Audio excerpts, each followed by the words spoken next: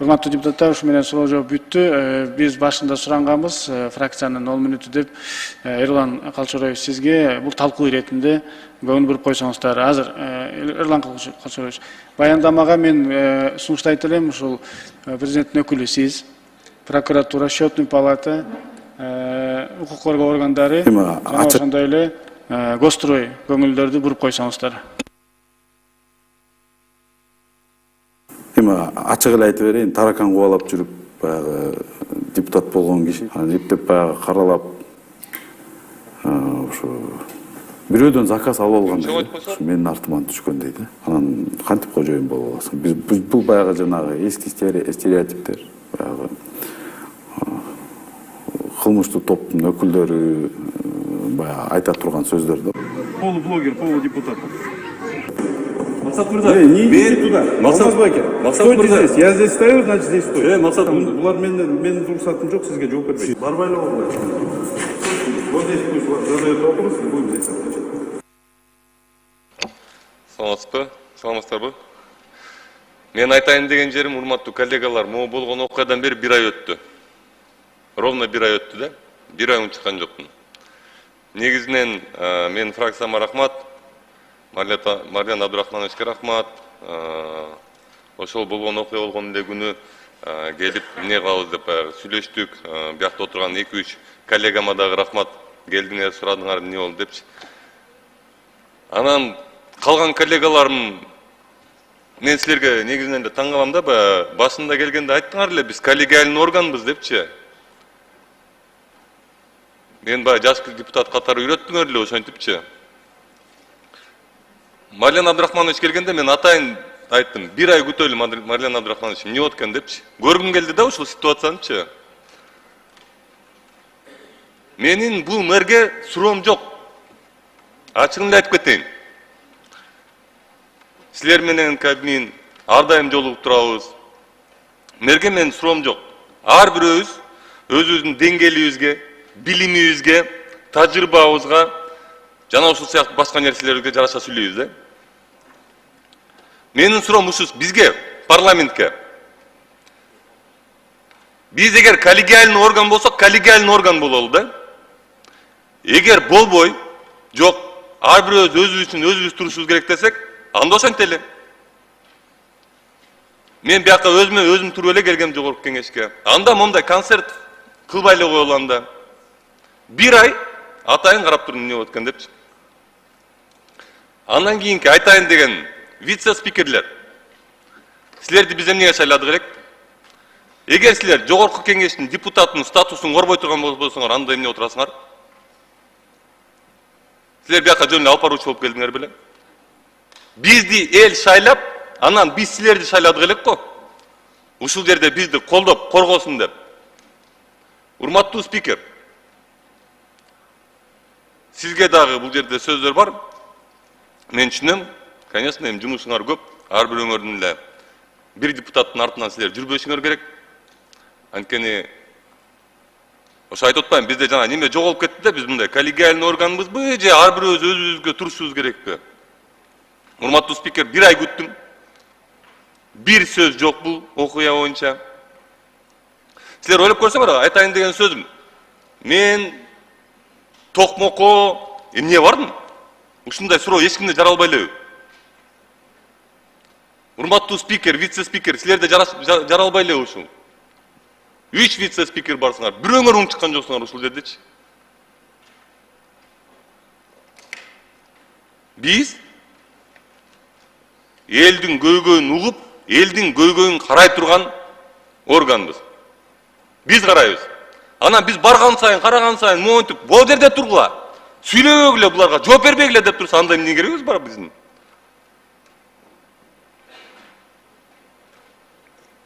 Бир болгон жок. Министрлер кабинети. Эмнеге чара колдонбойсуңар? Ушинтип эле одоно мыйзамдарды буза берсе болобу эмне Кыргызстанда?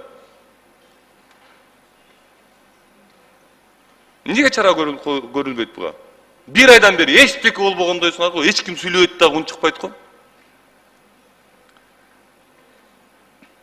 Министрлер кабинети, мен силерге каршы эмесмин. Ар бирөөңөрдүн кылган ишиңерди көрүп карап турам. Мен силер үчүн күйөм. Мына министрлер уголго. Ушу силерде болуп кетсе экен, ушу силер аракет кылып иштеп кетсеңер экен дейбиз биз. Биз силердин бутуңарга мындай атайын ташырыкта турган адамдар эмеспиз. Биз силерди колдоп, коштой турган адамдарбыз. Ошон үчүн могу жерге келген мыйзам долбоорлоруңар өтүп кетип атат. Бирок силер министрлер ылдый жаңарды эмне болуп атканын көрбөй атпайсыңарбы? Силер ылдый жакта элдерди кабыл албай атканыңарды көрбөй атпайсыңарбы? Кабинеттерибизде очередь. Эмне себептен? Анткени силер кабыл албайсыңар. Албетте министрлер силерге сөз тиет. Анткени силер убагында монтип, ойнотуп, өзүңөрдүн немеңердин оюна келген сөздөрдү сүйлөтүп кадрларыңарга. Биз барсак эле биз күнөөлүүбүз силергечи. Кантип барбай койгон? Мен кабинетке отуруп алайынбы? Ар бир видеомду карап көргүлө. Ар бир видеодо силердин кабинеттериңерге барганда бирөөлөр күтүп отурган болот силердичи. Айлап, жылдап. Мына көчөгүн эле неме токмоктун тазалыгына ордун. 2 айдан бери бир бала кире албай атам дейт директорго. Ал жөн эле токмоктун тазалыгы. Албетте силерге кире албайт андан кийин. Көзүңөрдү ачып, кичине мындай президентке жардам берип иштейбиз деп келдиңер беле? Биз менен айтышып эмне кыласыңар?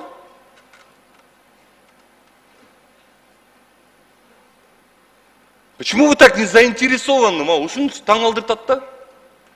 Убактылуу келгенсиңер да силерчи.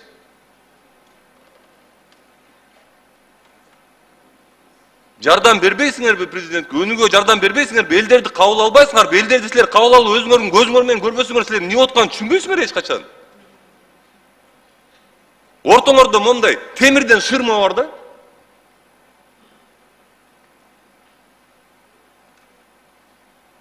Бир нерсе болсо эле барса эле депутаттар күнөөлүү. Таракан кууп жүргөн жана башка ушул сыяктуу нерселер.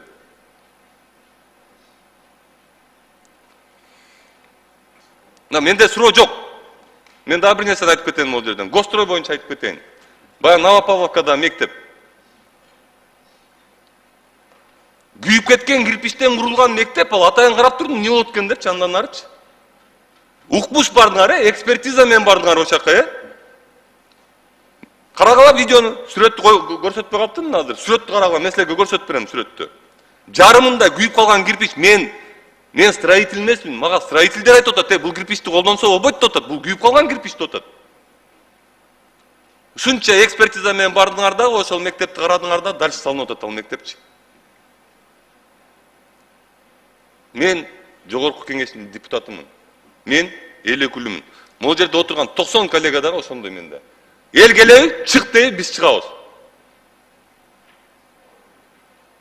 Конечно, мен билем, мен бүт коллегаларыма кереги жок, кээ коллегаларым жөн эле келип алган биякачы. Үйүнө шашып батыраак кетиш керек болуп атат. Бирок баарыбыз 90-убуз окшош эмеспиз. Анан биз бир нерсе деп сүйлөгөндө, монтип бизге жообуңарды берип, биз менен айтышыңардын силердин кереги жок. Бизди кабинеттен чыгарып атса, бизди эл чыгарып атат кабинеттен. Биз өзүбүз чыгып аткан жокпуз. Биз ушул жерге келгенде биз элдин алдында иштеп беребиз деп келгенбиз биз. Мен могу неме боюнча жоопту күтөм. Токмоктун мэри боюнча. Силер монтип Токмоктун мэри менен жогорку кеңештин депутатын ушинтип туруп конфликтный ситуацияга жеткирип коюп туруп отура бергенге акыңар жок силердин. Чечки күндүк адамдарга барып туруп решениясын айткыла. Жок, мен макул бул мэрдин деле немесин колдойлу, эгер карап көргүлө. Бирок этикадан жана мыйзамдан туугандар чыкпайлы. Рахмат. Рахмат. Бул боюнча Ерлан Калчыбаевич, мен дагы кошумчалап коеюн, бир минут. Бул боюнча мен бүгүн Акылбек Сөнөшев менен жолугам. Ал өзүнчө бир маселе болот. Төрага менен да бул боюнча өзүнчө сүйлөшөм. Рахмат. Урматтуу депутаттар, бүгүнкү ойга кой.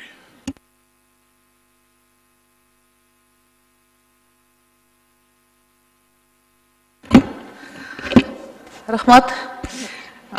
Мен бир-эки кошумчам бар эле. Саламатсыздарбы? Прокуратура органдары, МВД, ГКМБ органдары, эмки биз палатада ушул бюджетти караган кезге ар бириңиздер электрондук формадагы тактамаңыздарды тиркеп берсеңиздер. Себеби жазылып атат бир нече финансалык нарушениялар болду деп жазылып атат. Эмне жөнүндө, кандай болуп бүттү, кайсы боюнча иштер козголду, ошону расшифровка кылып берип койсоңуздар, сураныч. Анан кийин Минфин, Минэкономика берди убакыт аз болуп аткандыктан мен кыскача айтайын. Бюджетти негизи жазып келип атканыңыздарда сиздер мамлекеттик программалар боюнча кандай болот эмки жылга ар бир этапы боюнча жазышыңар керек да, жазбадыңар. Мисалы, азыр жашыл экономика боюнча проект болуп атат, ал киргизилбептир 25-жылга. Аялдардын ишкердүүлүгүн өнүктүрүү боюнча программанын аякташына 1 жыл калды. Бир дагы акча ушул кезге чейин которулган эмес. Бул программанын аткарылышына, Алмаз Макитаевич. Азыр 1 жыл калды. Жазыңыздар ошону, мага жазып койсоңуздар, биздин фракцияга, биз карап чыгайлы палатага чейин. Национальная адаптационная программа по изменению климата, да, улуттук адаптациялык программа боюнча бир нече азыр иш-чаралар бар, чоң акчалар керек. Алда каралбаптыр. Жазып бизге жазуу түрүндө бериңиздер. Андан сырткары мен байгүнү комитетте айттым эле, органы пробации ГСИН, им требуется большое финансирование по реализации нового закона, который в августе подписан по борьбе с насилием и семейным насилием. Тоже дайте, пожалуйста, расшифровку нашей фракции. Туризм, кто представляет здесь? Да, Минэкономики, дайте, сколько респоинтов на сегодняшний день построено? Уже 3 года мы там 2 респоинта видим непонятных. Андан сырткары бизге кайрылып атат Паралимпийский комитет. Ушул убакка чейин Паралимпийский комитет бизде ошол штатка киргизилбептир. Жазып алыңыздар, андагы бизге жазуу түрүндө жазсаңыздар, 1 жылга 10 миллион сомго чукул акча керек болот экен. Ошолорго өзгөчө көңүл бурайлы дагы 25-жылга киргизели аларды. Ошону как поручение ушул бүгүнкү протоколго киргизсек, андан сырткары Кызыл Тал деген Кара Суу районунда Мады айыл өкмөтүндө мектеп бар экен, 8 жылдык. Канча жылдан бери ушул Будалык айылынан адамдар 3000ден ашык үй бүлө балдарын 8-класстан кийин Ошко машина менен ташып алып барышат экен. Себеби 8 жылдык мектеп, и то общежитие, женский общежитиянын эмесинде эч бир условиясы жок мектепте турушат экен. Киргизиңиздер, ушул мектепти сөзсүз баягүнү Бакыт Эргешевич да жазып алыптыр өзүнө. Быйылкыга 25-жылга киргизели, себеби уже бүт балдар иммиграцияга даярданып калышат экен 9-класстан кийин. Себеби окуганга возможность жок. Чоңала району боюнча 2 ФАП керек. Билесиздер, өтө чоң перевалдардан өтөт. 3000ден бийик над уровнем моря.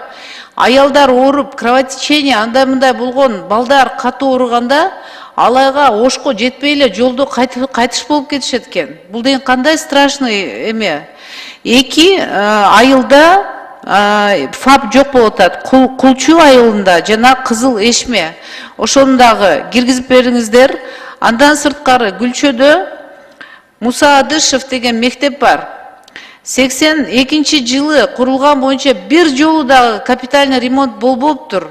Пожарная безопасность ноль экен. Мусорлары, канализациясы кайка барат, эч бир азыр условиясы жок экен, өтө аварийный состоянияда экен. Аны дагы киргизип бериңиздер. Ушуну мен суранамын. Рахмат. Рахмат, анда жыйынтайлы, урматтуу депутаттар. Так, Кыргыз Республикасынын Жогорку Кеңешинин ишеним, ынтымак, ыйман нуру бүтүн Кыргызстан парламенттик фракцияларынын кошмо жыйынынын чечими. Кыргыз Республикасынын Жогорку Кеңешинин регламенти жөнүндө Кыргыз Республикасынын мыйзамынын 13 беренесинин 1 бөлүгүнүн 3 пунктунун 67 беренесинин 2 бөлүгүнүн 1 пунктунун негизинде Кыргыз Республикасынын 2025 жылы жана 2026-2027 жылдардын пландык мезгилине республикалык бюджети жөнүндө Кыргыз Республикасынын мыйзамынын долбоорун карап төмөндөгүдөй чечим кылат. Кыргыз Республикасынын 2025 жылга жана 2026-2020 жылдардын пландык мезгилине республика бюджети жөнүндө Кыргыз Республикасынын мыйзамынын долбоору, ишеним, ынтымак, ыйман нуру бүтүн Кыргызстан парламент фракцияларынын депутаттарынын сунуштарын жана сын пикирлерин эске алуу менен жактырылсын. Ар бир депутаттын сунушун өзүнчө кошуп беребиз. Бирок 4 фракция биргелешкен 2 чечим бар. Ошону мен айтып коеюн. Бул биринчиси ооган согуштун ардагерлеринин компенсациясынын суммасын 2025 жылга 2000 сомго көбөйтүү. Буга чейин булар 6000 сомдон алып келишкен, мына 15 жылдан бери. Андан тышкары мына Паралимпийский комитетке болгон 10 миллион сом керек экен бир жылга. Ошол суммандагы 4 фракциянын чечими катары чечимге кошуп койсоңуздар. Ушул чечим Кыргыз Республикасынын Жогорку Кеңешинин тармактык комитетине жана Кыргыз Республикасынын министрлер кабинетине жөнөтүлсүн. Добуш берип коюңуздар, эгер башка сунуш жок болсо. Рахмат, Алмаз Кушпакович. Рахмат. İşinizler ilgili olsun. Büdjetти birinci okuda kabul alıp desek болады biz. 4 fraksiya. Рахмат, урматтуу депутат.